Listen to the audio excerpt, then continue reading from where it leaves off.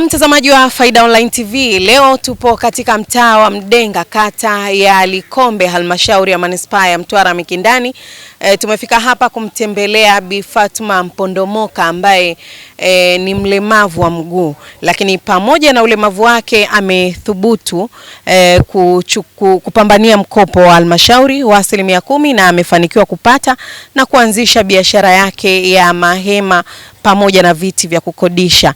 Mahema anakodisha kwa kila moja shilingi 40,000 kwa siku, lakini pia viti shilingi 500 kwa kila kimoja kwa siku.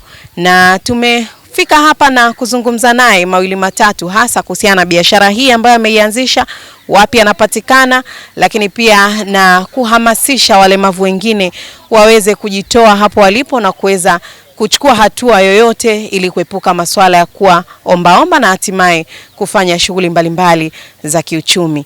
Jina langu naitwa Haiba Mpimbita, hii ni Faida Online TV. Tafadhali usiache kusubscribe channel yetu ili kuwa wa kwanza kupata taarifa mbalimbali kutokea maeneo mbalimbali kusini mwa Tanzania. Hakika sisi ni watu wa Fridi. Nilihangaika sana kuhusu mpango wa mikopo hii ya 10% ya manispaa. Kwa kweli nimejaribu kama awamu 2 nikakosa, lakini Mwenyezi Mungu akanijalia heri, awamu ya 3 nimepata.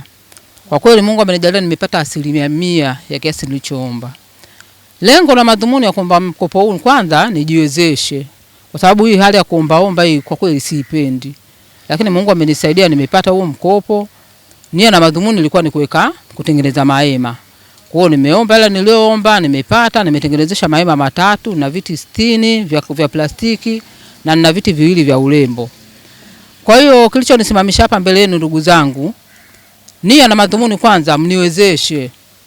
Na kuniwezesha kwenu vile mimi nitaweza hata kulipa mkopo kirahisi. Vile nitaweza yani kujikwamua mwenyewe kimaisha. Kwa mazingira nilokuwa nayo, familia yangu, na hata yani mazingira tu mengine yatanisaidia. Tubaki hapo kwenye huo mkopo. Ulifikiria nini kwa mara ya kwanza kuwaza kwamba nifanye hiki ikiwa tunaona baadhi ya walemavu wengine ambao wamejikatia tamaa pengine wangeweza kufanya kama wewe?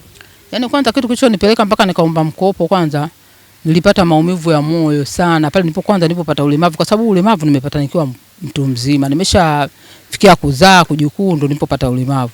Sasa nikafikiria maisha ya walemavu wengi, yani naona wanavyohangaika.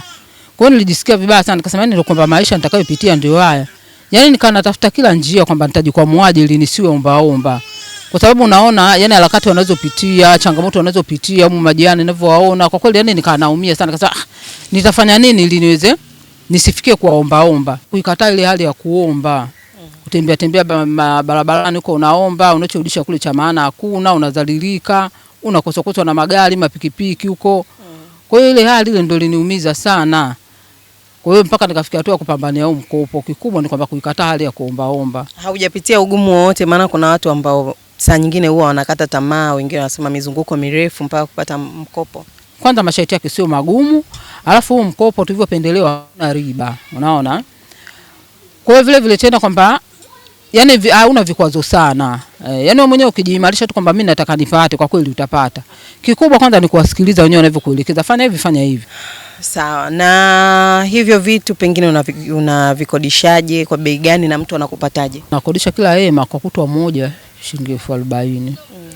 Na kila kitu kimoja cha plastiki nakodisha shilingi 500. Na kwa wateja wangu 5 wa kwanza, ina maana viti vya urembo nitawapa bure.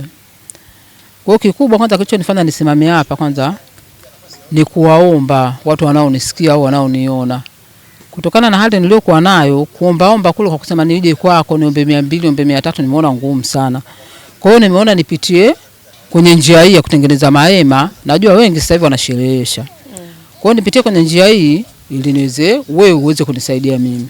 Kwa hiyo kikubwa ninachowaomba, iwe viongozi wa serikali, iwe raia tu wa kawaida, au idara yoyote waniunge mkono, kwa sababu hii pesa sio ya kwangu, nimekopeshwa. Ina maana kama hamkuniwezesha naweza nikakwamisha hata kulipa. Najua sasa hivi watu wa mahema wako wengi, lakini sasa vile mtazame na uzito. Kwa majina naitwa Mwajuma Makame, niko Mdenga pakata ya Likombe.